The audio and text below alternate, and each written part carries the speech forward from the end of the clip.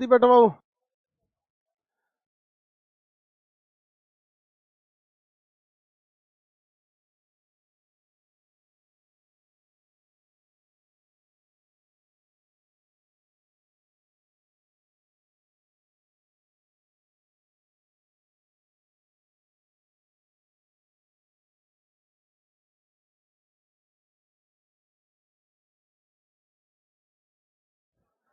बैठो बाबू जल्दी। आप लोग को तो अभी कोई दिक्कत नहीं हो रहा बाबू। 2018 में जब इंजीनियरिंग ड्राइंग का बैच चलता था, ट्रेड इंजीनियरिंग ड्राइंग CBT 2 में जब पूछा था, उसमें ना तुम्हारा भैया आते थे। किसके भैया? वह तोरा भेजे है ना, तोरा भैया तुमको तुम्हारा भैया उस बैच में आते थे। उनसे पूछना अभी कहाँ है, CRP राजस्थान में, मिठाई नहीं खिला है तोरा पे 2 किलो। बताओ, ये सब ऐसे ऐसे उनसे पूछना, यहाँ बैठा रहता था लड़का सब, ये फूल लगाया गया था उसी के लिए। इतना लड़का बैठ जाता था और लड़की सबको डिस्टर्ब करते रहता था, इसलिए यहाँ क्या लगा दिया गया, फूल लगा दिया गया। अब इस फूल को कभी कोई देखने वाला भी नहीं रहता है, कितना गंदा हो गया है, कैसे भी हो गया। हाँ, वो अच्छा लगने के लिए नहीं लगाया गया था, ये इस पे लड़का ना बैठे और हम चल नहीं पाते थे, ऐसे रहते थे। तब वो उससे तकलीफ से पढ़ा सकते हो आप। अपने मतलब जो आपसे पहले यहाँ भी पढ़े हैं उनसे ही पूछेगा। सब जगह ऐसे ही, शुरू से ऐसे ही रहा है, अब ऐसे ही चलते भी रहेगा, कोई दिक्कत नहीं है। चलिए आगे स्टार्ट करते हैं। कहां तक पढ़ाए थे? मराठा कदम। सवाल पूछा जाए मराठा से। महाराष्ट्र नहीं, मराठा नहीं खत्म हुआ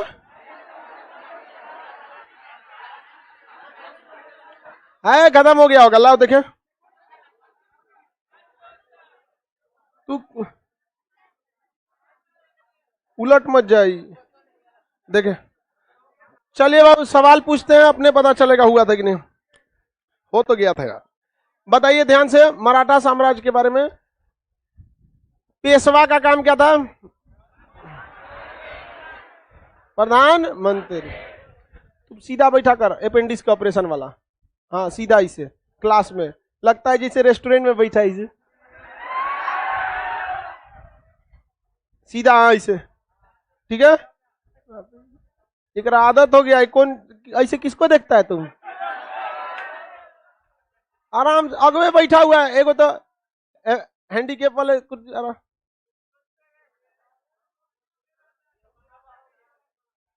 खत्म हो गया था सर, चलिए खत्म कर दे आगे। क्वेश्चन खत्म ही हो गया था। सुमंत का काम क्या था? विदेश मंत्री। वाक्यान्विस गुप्तचर। पिटनीस पोस्टमैन। पंडित राव धर्म। न्यायाधीश दंड व्यवस्था। आमात्य वित्त मंत्री। पेशवा। हाँ। मराठों की सबसे बड़ी कमजोरी, कोई भी अस्थाई राजस्व व्यवस्था का न हो। इनकी छवि राजा न होकर कैसी हो गई थी? लुटेरा, जिस वजह से दिक्कत हुआ। इनके समय अस्थाई पैदल सेना को क्या कहा गया था? पागा। घोड़सवार दो तरह के, अस्थाई और अस्थाई घोड़सवार को बरगीज, और अस्थाई घोड़सवार को सिलाहदार। क्या कहा गया? सिलाहदार कहा गया। चलो भाई लाइव वाले लोग भी सब लोग अपना अपना बताते रहिए। गुड सर, पॉलिटी में एडमिशन क्यों नहीं हो रहा है? देखो भाई, पॉलिटी के क्लास में क्लास अभी प्रॉपर नहीं चल पा रहा है। प्रॉब्लम ये हो रहा है कि लड़कों को बैठाने में 20 मिनट निकल जा रहा है। तो लाइव करके हम बैठो तुम बकलवा, तुम बैठो तुम बकलो, ऐसे नहीं होता है। जब तक ये हो जाएगा तब तक आपको वो सैटरडे संडे को वो 4 क्लास आपको रिकॉर्डेड देख लेंगे, आप आराम से बैठ के देख लीजिएगा। मंडे से वो लाइव हो जाएगा। हर जगह यही समस्या है। एप्लीकेशन पे हमको बार बार गूगल वार्निंग देता है कि हटा देंगे प्ले स्टोर से, शांत हो जाएंगे आप। बार बार उसको माफीनामा लगाना पड़ता है, गलती हो गया गूगल चचा। गूगला घुसिया जाता है, कहता है कि आप बताइएगा ना हमको कि कितना एडमिशन होगा। हम कौन चीज जानते हैं कितना हो जाएगा एडमिशन? 1 से 2 दिन के लिए करेंगे, छोड़ दे, गूगला घुसिया जाएगा, मैसेज भेजेगा, वार्निंग देगा। कभी एक बार हटा दिया था, बहुत दिक्कत हो जाए। प्ले स्टोर से हटा देगा तो हम तो गायब हो जाएंगे। तो गूगला सबसे लेके चलना पड़ता है। चलो आगे देखते हैं। मराठों की भाषा कौन सी थी? मराठी रे, लाठी कौन बोलता है मराठी। पिंडारी क्या थे भाई? मराठों के छोटी टुकड़ियां थी, छुप छुप कर जंगल में हमला करती थी गुरिल्ला युद्ध करने के लिए। पिंडारियों का अंत किसने किया? वारेस हेस्टिंगस, बस हेस्टिंगस याद रखिए। किसने किया? हेस्टिंगस। चौथ किससे लिया जाता था? पड़ोसी राज्य से। सरदेश मुखी अपने देश वालों से सरदेश, पड़ोस वालों से चौथ। मराठों से विवाद का सबसे बड़ा कारण बना था चौथ। जहां तहां घुस के क्या ले लेता था? चौथ। क्योंकि अपनी कोई राजस्व व्यवस्था थी नहीं, तो भाई जनता मजबूर हो गई थी, इसलिए मराठों से इनका मोह क्या हो गया? भंग हो गया। देखिए, जनता को विश्वास में लेना बहुत ज्यादा जरूरी है। अव्यवस्था भी रहेगी, जनता विश्वास में रहेगी, कोई दिक्कत नहीं होता। इस क्लासरूम में सबसे ज्यादा अव्यवस्था है कि नहीं? ना बैठने का जगह, ना कुछ। लड़की सबको जब मतलब बोल देते हैं कुछ, कहीं से गलती करेगी ज्यादा बोल देते होते हैं कि नहीं? सारा अव्यवस्था है। लड़का सबको करीका बकलोल कुछ बोल देते, लेकिन आपसी संजस है, विश्वास है कि ना भैया कितनों ऊंचा ऊंचा जाएंगे, रिजल्ट हो जाएगा, अपन ऑफिस में बैठिएगा। लोग समझ में आ गया कि नहीं आ गया? तो ऐसी व्यवस्था है कि नहीं है? अब मान के चलिए आपको कोच के बैठेबो करते, आप पढ़ाइबो नहीं करते सही से, बैठते आप नहीं बैठते? कितना तेज बोला, नहीं जा रहे। तो मुगलों के समय में भी व्यवस्था गड़बड़ थी, लेकिन मुगलों के समय में उसे जोड़ कर रखा गया था। आप देखिए, अकबर के समय में राम सीता का सिक्का चलाया गया। बैल था वो, सब समझदारी था उसका। औरंगजेब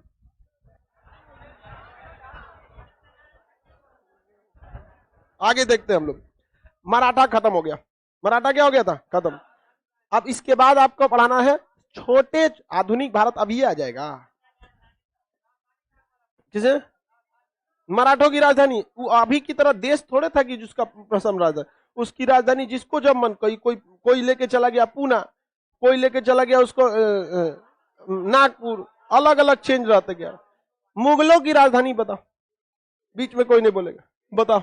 बकुला बताएगा मुगलों की राजधानी। बकुला बता दिया। कर आगरा था, उससे दिल्ली लेके चला गया। और अकबर के समय फतेहपुर सीकरी याद है? बताओ मुगलों की राजधानी। भाई मुगल में सबसे ज्यादा योगदान अकबर का, उसके समय राजधानी फतेहपुर सीकरी। मुगलों में सबसे ज्यादा स्थापत्य कला शाहजहां, तो आधा काल आगरा और आधा काल दिल्ली।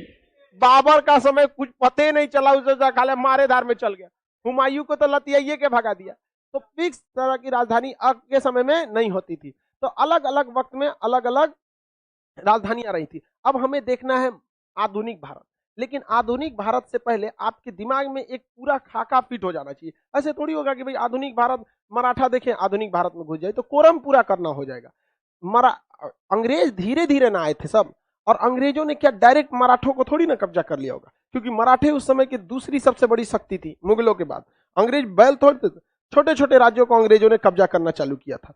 जैसे में अवध का एरिया कब्जा कर लिया, आपका अवध के बाद कर्नाटक, हैदराबाद का एरिया कब्जा कर लिया, जिसमें आप आज तेलंगाना देख रहे हैं ना, पहले वो क्या था? हैदराबाद का। फिर उन्होंने कब्जा किया किसे? कर्नाटक को। कर्नाटक के बाद और नीचे आए तो मैसूर को कब्जा किया। अभी का पूरा कर्नाटक, उस समय का पूरा कर्नाटक थोड़ी था, अभी का नक्शा। फिर किसे कब्जा किया? मैसूर को कब्जा किया। उसके बाद ये किधर की ओर बढ़े? पंजाब की ओर। कहां बढ़े? पंजाब की ओर। फिर किधर की ओर बढ़े? बंगाल की ओर। और बंगाल की ओर बढ़े तो पूरी तरह से भारत पर किसका कब्जा हो गया? अंग्रेज। अभी बताओ, हम आधुनिक भारत चालू कर दे कि ये सबको भी पढ़ाएं? अभी तो आप लोग कहते हैं आधुनिक भारत, वहीं से चालू करते हैं आधुनिक भारत। चलिए यहां से चालू करना पड़ेगा हम लोग को। अवध के समय आप याद कीजिए, मोहम्मद शाह रंगीला, मोहम्मद शाह रंगीला के समय में मुगल सल्तनत का बिखराव सबसे तेजी से हुआ था। मोहम्मद शाह रंगीला के समय नादिर शाह ने भी आक्रमण कर दिया। मोहम्मद शाह रंगीला के वजह में ही आपको क्या हो गया?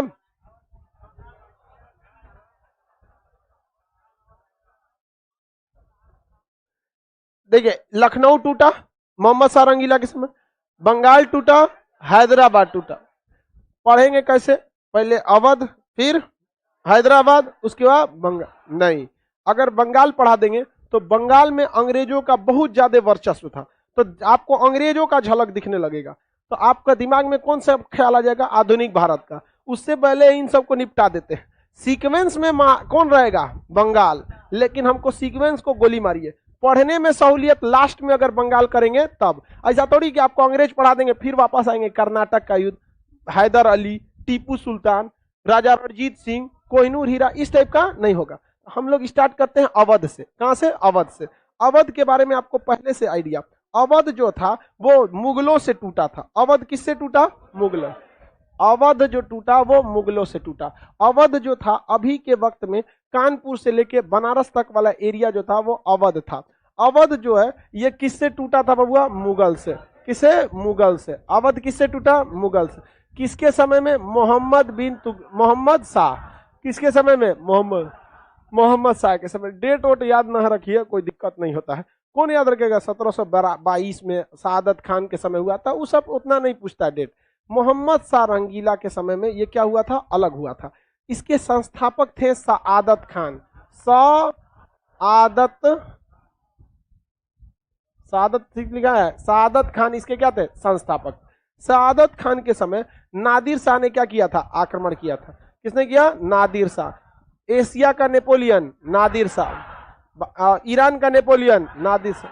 1739 में नादिर शाह ने आक्रमण किया। ये हम आपको पढ़ा दिए थे मोहम्मद शाह के समय। नादिर शाह को अवध से दिल्ली भेजने वाला कौन था? सआदत खान ने कहा था कि आपको दिल्ली में यदि धन दौलत नहीं मिलेगी तो लौट के आइएगा, मेरी हत्या कर दीजिएगा। लेकिन मोहम्मद शाह के ऊपर जब नादिर शाह ने आक्रमण किया तो उसे धन दौलत ज्यादा मिला या कम? लौट कर ये किसके पास आया? सआदत। बदला लेने या धन दौलत देने? कौन डर गया? सआदत खान ने क्या कर लिया? सुसाइड। सआदत खान ने सुसाइड कर। ये हम आपको तभी पढ़ा दिए थे जब हम आपको मोहम्मद शाह रंगीला को पढ़ा रहे थे। तब मोहम्मद शाह के समय ही भारत पर आक्रमण अवध के एरिया में किसका आया था? नादिर शाह। नादिर शाह को दिल्ली कौन भेजा? सआदत। और कहा कि पैसा मिल जाएगा तो चल जाइएगा, और धन दौलत नहीं मिले तो आके हमको मार दीजिएगा। यहाँ पर नादिर शाह को इतना धन मिल गया कि ले जाने के लिए सामान नहीं, भारी पड़ गया। तो लौट कर आया कुछ पैसा देने, किसको? सआदत। सआदत खान को लगा कि इसको पैसा नहीं मिला है, उसको लगा कि लौट के आ रहा है हमको मारने के लिए। इसने क्या कर लिया? सुसाइड। सआदत खान ने क्या कर लिया? सुसाइड।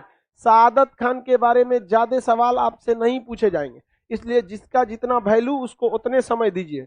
समझ में आ गया कि नहीं आ गया? ज्यादा समय देने से कोई फायदा नहीं है।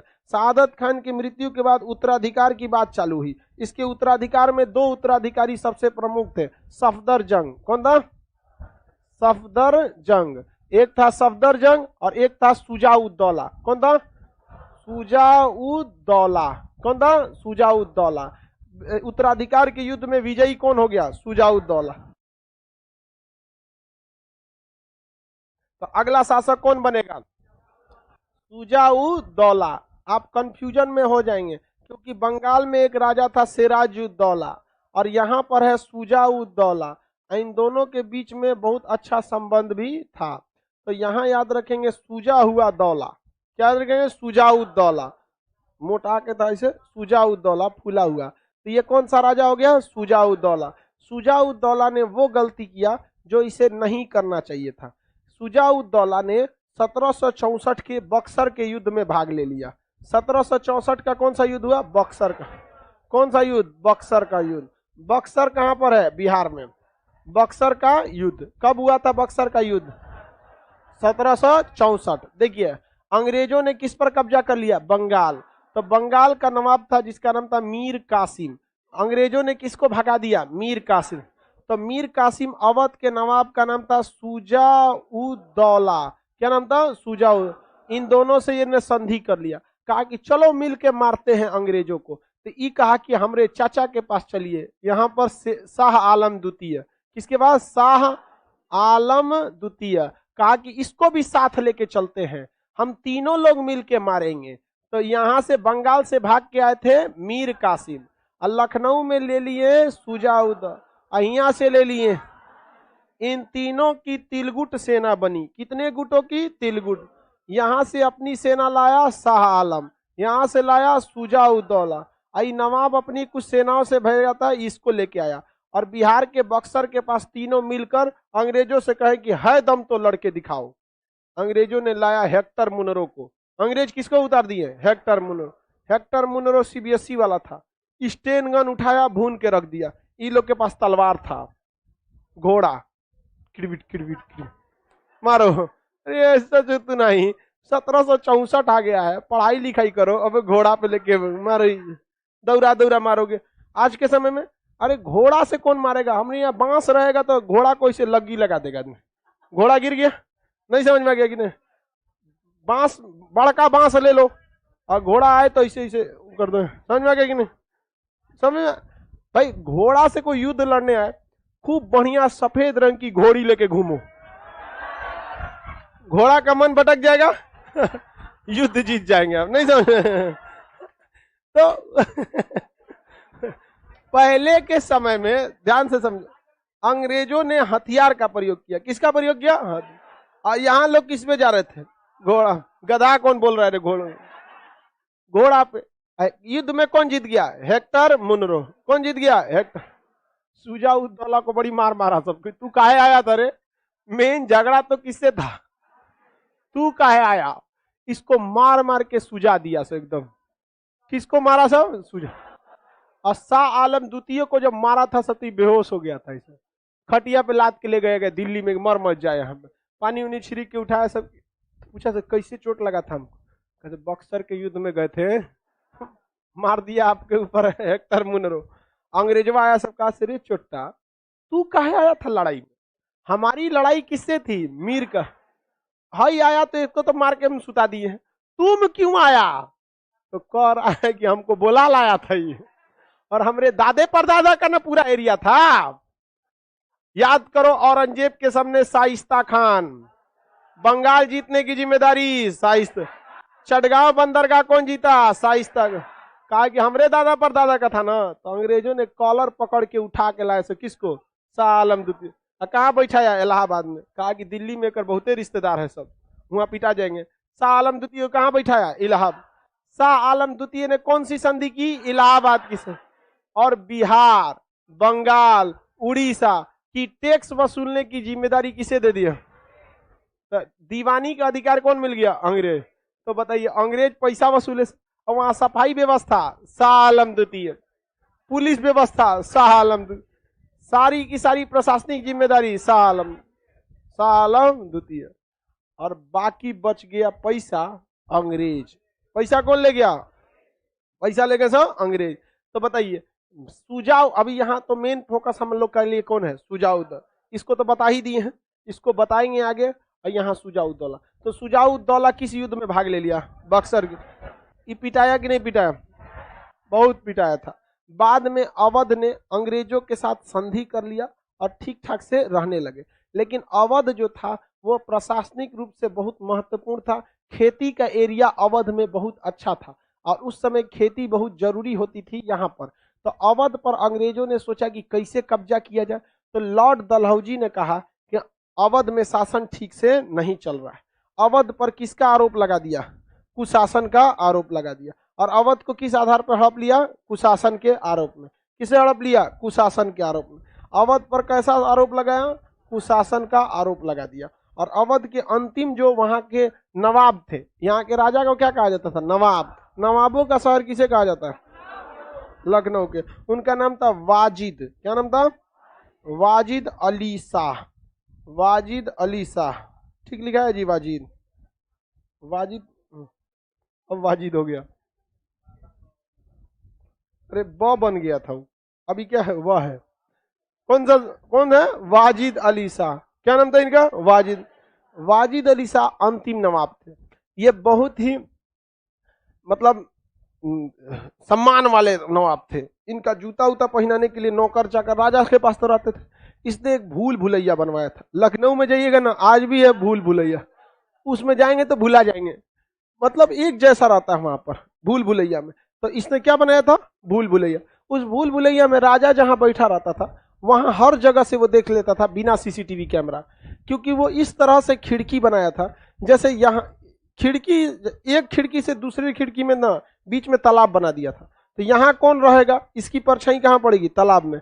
और राजा कहाँ बैठेगा? ऊपर। वो किस में देखेगा? तालाब में। और तालाब में दिख जाएगा गेट पर कौन आया है। तो बहुत खुफिया दरवाजा था इसके पास। किसके पास? वाजिद अली। वाजिद अली शाह के बाद। समझ में आ गया कि नहीं?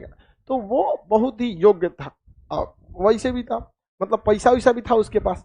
इतने मतलब यहाँ पर अंग्रेजों ने लूटा वाजिद अली शाह के परिवार को। यहाँ बेगम हजरत महल थी, इनके परिवार को ऐसा लूटा नौकरानियों ने कि वाजिद अली शाह जब बैठे थे सामने, इनके नौकर चाकर थे सब, मार इनके सेवा में लगे थे सब। अब भूल भुलैया के सामने अंग्रेज की फौज आई तो इनके नौकर चाकर डर के भाग गया सब।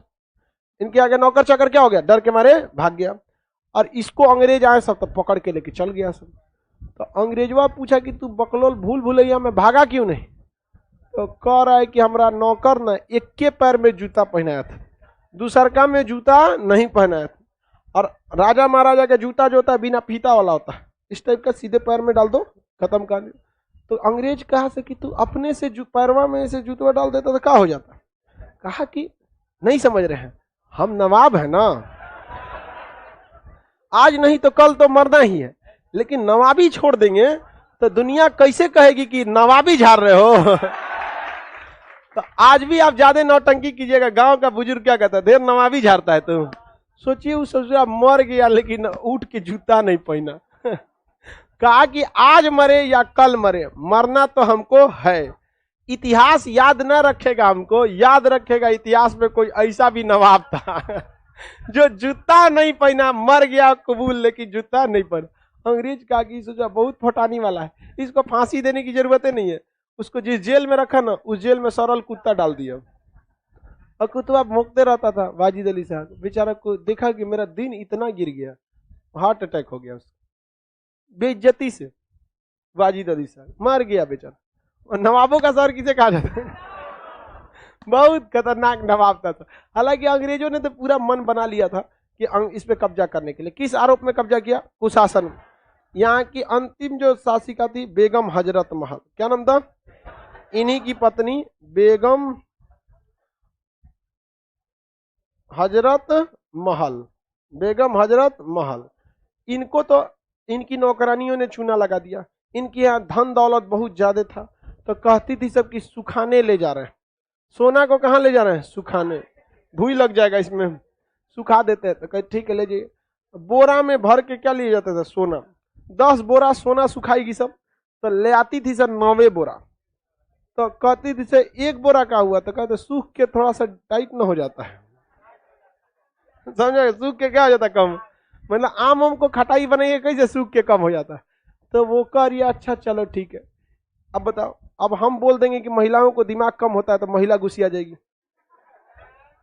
आप बताओ, ये सोना, ये बताइए इस वेल की नहीं, इसको महिला ने चूना लगाया, तो हम ही नहीं कह सकते महिला को दिमाग नहीं होता है। जिसने चूना लगाया उसके पास तो दिमाग अच्छा था, आई ठगा गई तो इसके पास दिमाग कम था, सोना भी कम हो जाता है। बताइए, आई मान गई यहाँ पर। बहुत बकलोल थी। कौन? बेगम हजी। समझ में गया ना? नाम सोचती है रख लेंगे मुमताज महल, तो हम मुमताजे हो जाएंगे। यहाँ महल जोड़ लेने से कौन सी हो जाएगा? ये बकलोल थी, महल मिटा देते हैं।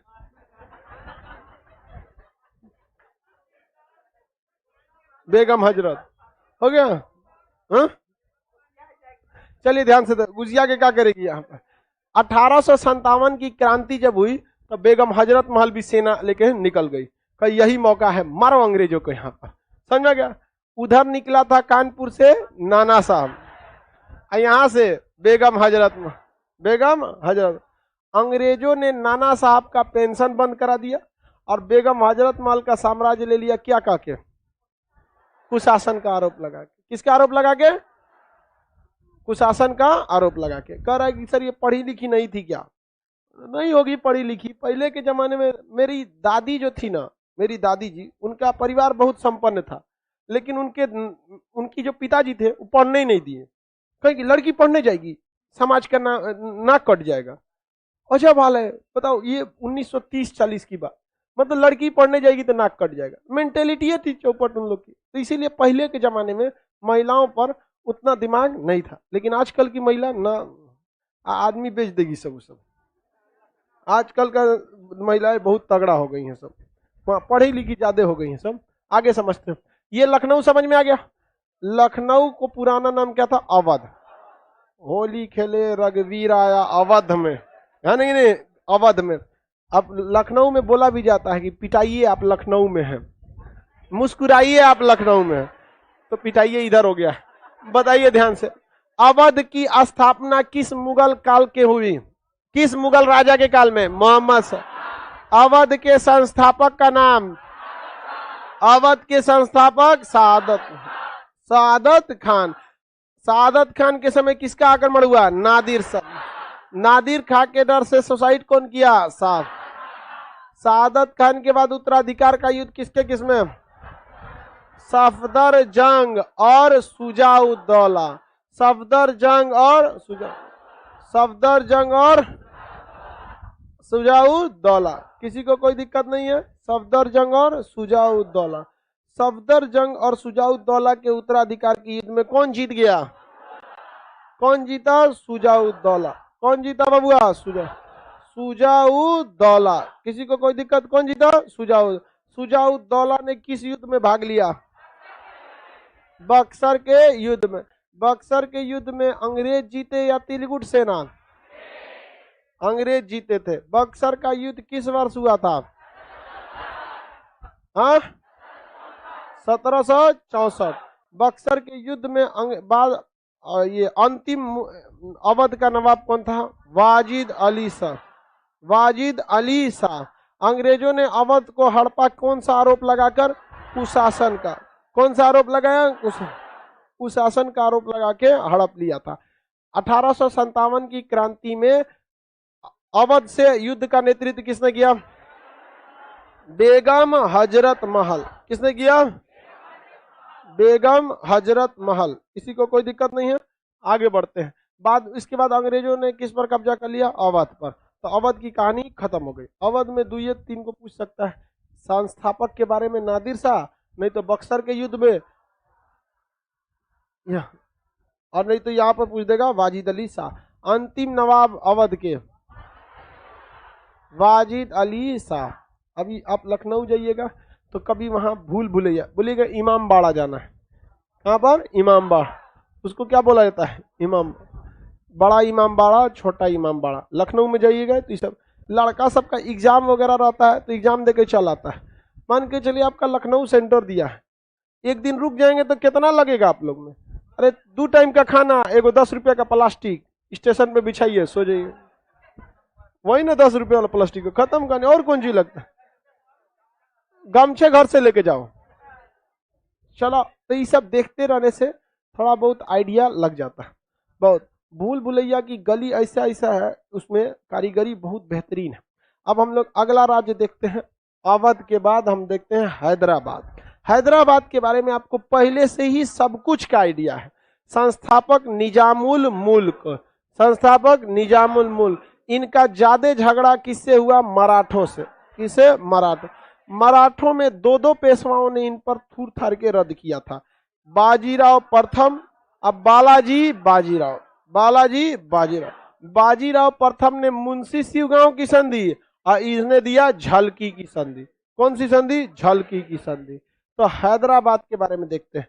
ये हो गया आपका मराठों के बगल में हैदराबाद। कौन जगह हो गया? हैदराबाद। हैदराबाद की स्थापना किस मुगल काल में हुए थे? ठीक लिखा है जी, हैदराबाद। इसकी स्थापना मुगल बादशाह मोहम्मद शाह के। मुगल बादशाह मोहम्मद शाह, इसी के काल में हो गई थी। मुगल बादशाह मोहम्मद शाह के काल। संस्थापक का नाम निजाम उल मुल्क। मुल्क ठीक लिखा है, निजामुल मुल्क। इनका हमेशा विवाद किससे रहता था? मराठों से रहता था। इनका हमेशा विवाद मराठा। हैदराबाद धन से बहुत संपन्न था। इसके पास धन की कोई कमी थी?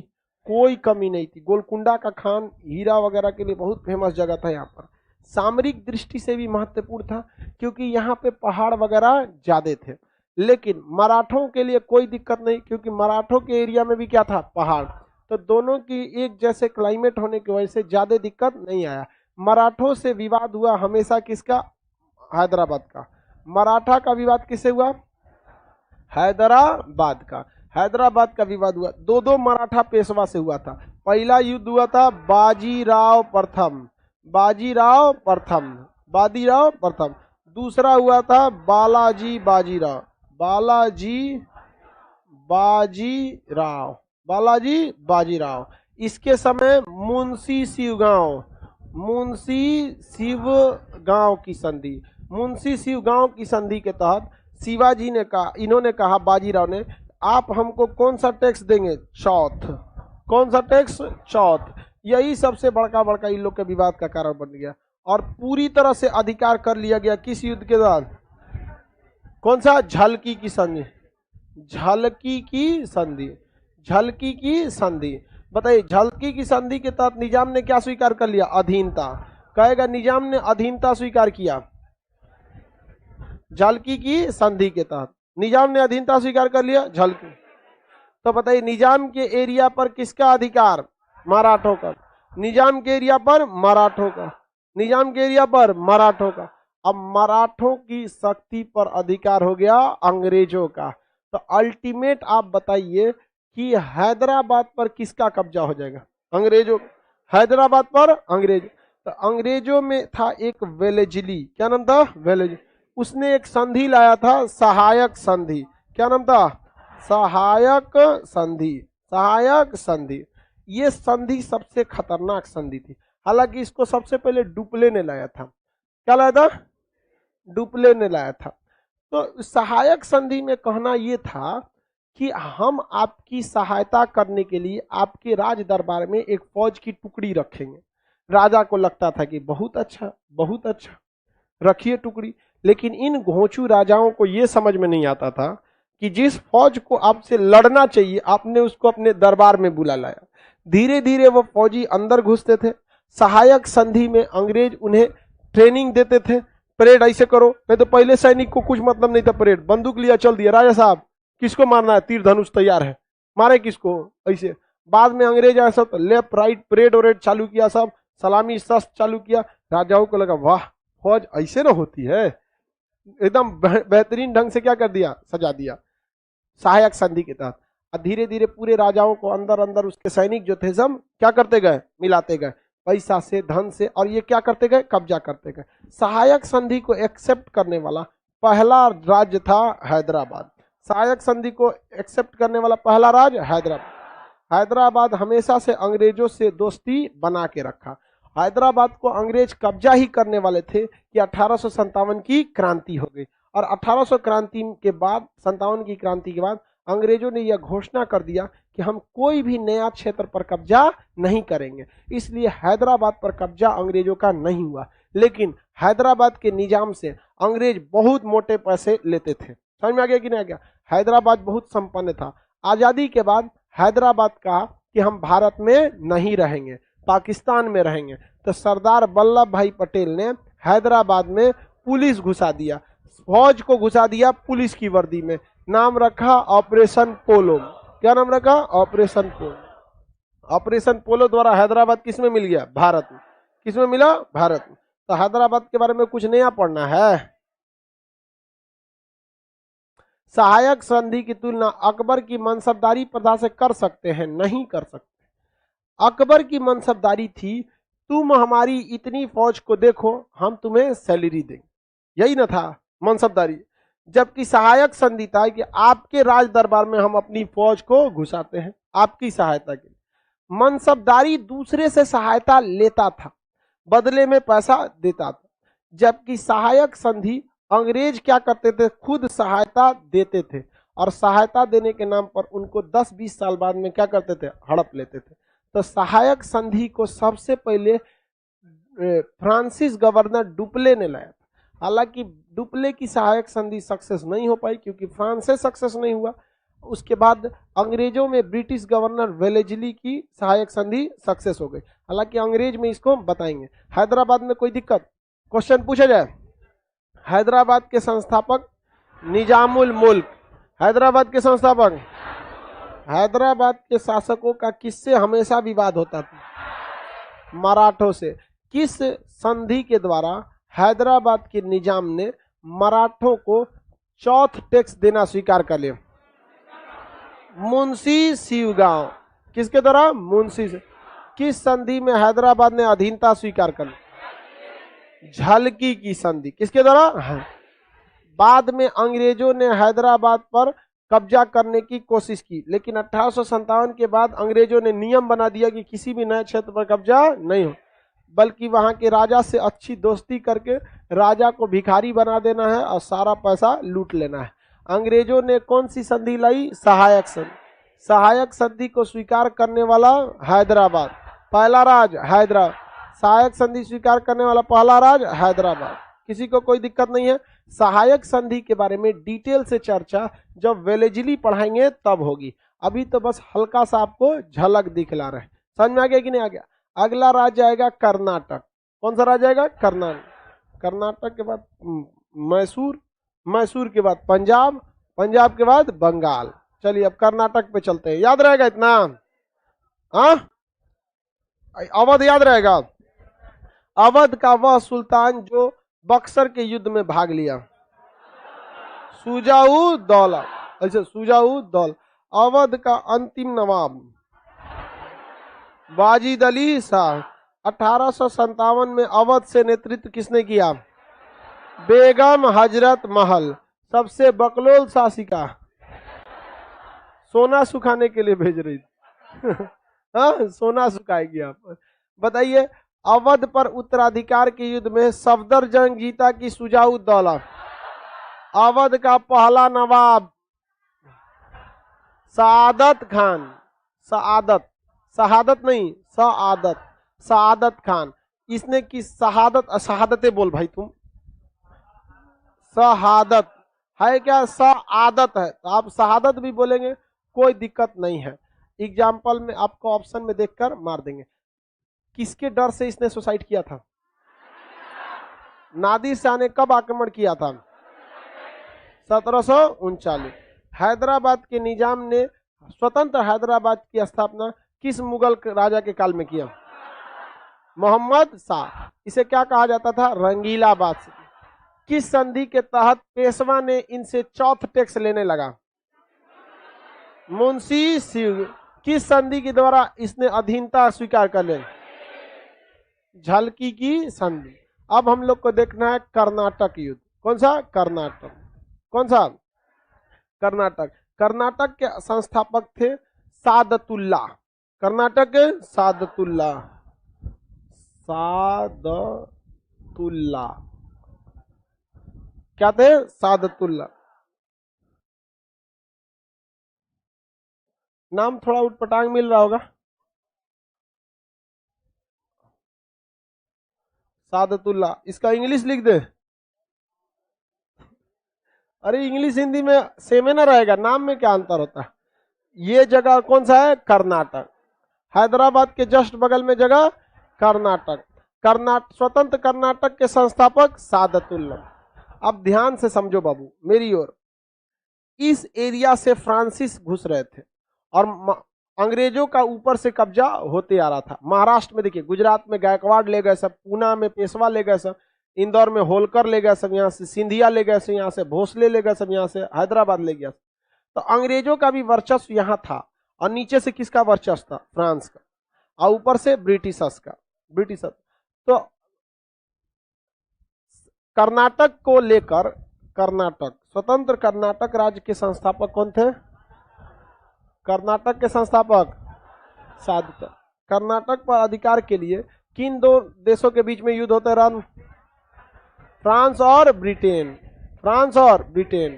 फ्रांस और ब्रिटेन के लिए हमेशा युद्ध होता था। समझ में आ गया कि नहीं? फ्रांस और ब्रिटेन। फ्रांस चाहता था कर्नाटक पर किसका हो? फ्रांस क्या चाहता था? फ्रांस चाहता था कर्नाटक पर किसका अधिकार हो जाए? फ्रांस का। और ब्रिटिश चाहते थे कर्नाटक पर खुद कब्जा कर, कर्नाटक पर खुद कब्जा करना। इसके लिए ब्रिटिश और फ्रांसीसियों के बीच में युद्ध हो गया और यह युद्ध 3 बार चला। कितनी बार हुआ? फिर कितने, किसको लेकर युद्ध हुआ था? कर्नाटक। तो पहला कहा गया था प्रथम आंग्ल कर्नाटक युद्ध, प्रथम एंग्लो कर्नाटक वार, प्रथम आंग्ल कर्नाटक युद्ध, आंग्ल कर्नाटक युद्ध। ठीक लिखा है जी? युद्ध भी लिख देते हैं। प्रथम आंग्ल कर्नाटक युद्ध, कौन सा युद्ध? प्रथम आंग्ल कर्नाटक युद्ध। प्रथम आंग्ल कर्नाटक युद्ध का कारण भारत में नहीं था, बल्कि यह ऑस्ट्रिया पर अधिकार के लिए एक लड़ा गया युद्ध था। देखिए, ऑस्ट्रेलिया नहीं, ऑस्ट्रिया। अंग्रेजों ने जहां तहां कब्जा करना चालू किया था। नक्शा के क्लास में हम आपको ऑस्ट्रिया पढ़ा दिए। फ्रांस, यहाँ यूरोप में एक जगह है ऑस्ट्रिया। इस ऑस्ट्रिया पर ब्रिटेन चाहता था हम कब्जा कर ले, और इस ऑस्ट्रिया पर फ्रांस चाहता था हम कब्जा कर ले। तो ऑस्ट्रिया पर कब्जा करने के लिए दोनों यहाँ पर युद्ध लड़ लिए। दोनों यहाँ पर क्या कर लिए? युद्ध। तो ब्रिटेन के चमचे भारत में भी थे, फ्रांस के चमचे भी भारत में थे। ये दोनों चमचों लड़ गया सब। यहाँ पर दोनों चमचों क्या कर दिया था? कर्नाटक में लड़ लिया सब। तो बताइए, प्रथम आंग्ल कर्नाटक युद्ध, प्रथम आंग्ल कर्नाटक युद्ध का कारण कौन सा देश था? ऑस्ट्रिया। ऑस्ट्रिया पर अधिकार के लिए यूरोप में फ्रांस एवं ब्रिटेन लड़ाई लड़े, तो उनके चमचों ने कहां लड़ाई लड़ लिया? भारत में। अभी बताइए, भारत में लड़ाई शांत कराना जरूरी है कि ऑस्ट्रिया में? अगर ऑस्ट्रिया में शांत हो जाएगा तो भारत में भी शांत हो जाएगा। तो ऑस्ट्रिया का यह युद्ध एला सापा की संधि द्वारा समाप्त हुआ। किसके द्वारा? कौन सी संधि? एला सापा की संधि के द्वारा समाप्त हो गया। तो भारत में भी यह युद्ध किसके द्वारा समाप्त हो गया? एला सापा की संधि द्वारा। तो बताइए, प्रथम आंग्ल कर्नाटक युद्ध किस संधि द्वारा समाप्त हुआ? एला सापा की संधि। एला सापा की संधि। प्रथम आंग्ल कर्नाटक युद्ध किस संधि द्वारा समाप्त हुआ? एला सापा की संधि। प्रथम आंग्ल कर्नाटक युद्ध, एला सापा की संधि। इस युद्ध में फ्रांसीसियों से एक गलती हो गई, क्योंकि भारत में इस युद्ध में फ्रांसीस भारी पड़ रहे थे। फ्रांसीस भारी पड़ रहे थे और ब्रिटिशर्स कमजोर पड़ रहे थे। लेकिन जब यूरोप में संधि हो गई, एला सापा की संधि, तो यहाँ पे भी युद्ध रोकना पड़ा। लेकिन इस युद्ध में भारी कौन पड़ रहा था? फ्रांस हुआ। तो इसके बाद जो दूसरा युद्ध हुआ, द्वितीय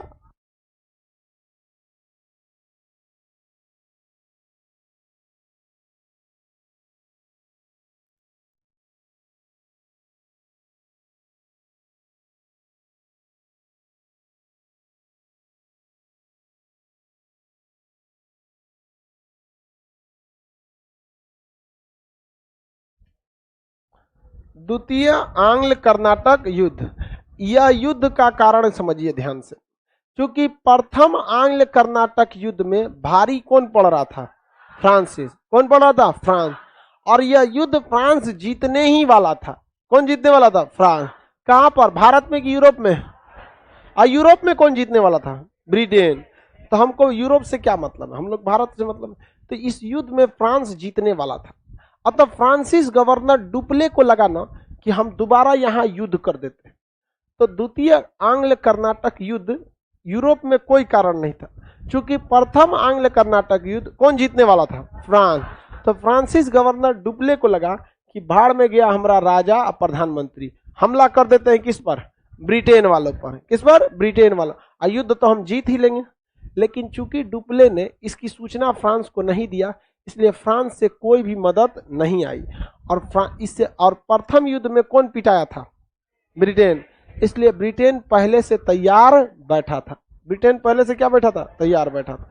इस युद्ध का निर्णायक मत में कोई निर्णायक मोड़ नहीं आया, लेकिन ब्रिटिशर्स को एक बहुत बड़ा सीख मिल गया कि डुप्ले जब मन तब क्या कर देगा? हमला कर देगा। इस युद्ध में, द्वितीय आंग्ल कर्नाटक युद्ध में कौन जीता? कोई नहीं। यह युद्ध में कोई नहीं जीता। इस युद्ध का कारण क्या था? फ्रांसिस गवर्नर डुप्ले की नीति। Dupleix, Francis governor Dupleix. Dupleix को लगा था कि ये जीत जाएगा। कौन सा युद्ध? प्रथम वाला। लेकिन प्रथम युद्ध किसके कारण समाप्त हुआ? एला सापा की संधि। ये एला सापा की संधि भारत में हुआ कि यूरोप में? उसके कारण भारत में भी युद्ध रोकना पड़ा। अगर युद्ध नहीं रुकता, 1 महीना भी चल जाता, तो यहाँ पर कौन जीत जाते? फ्रांस। और हम लोगों पर किसका कब्जा हो जाता? फ्रांस का।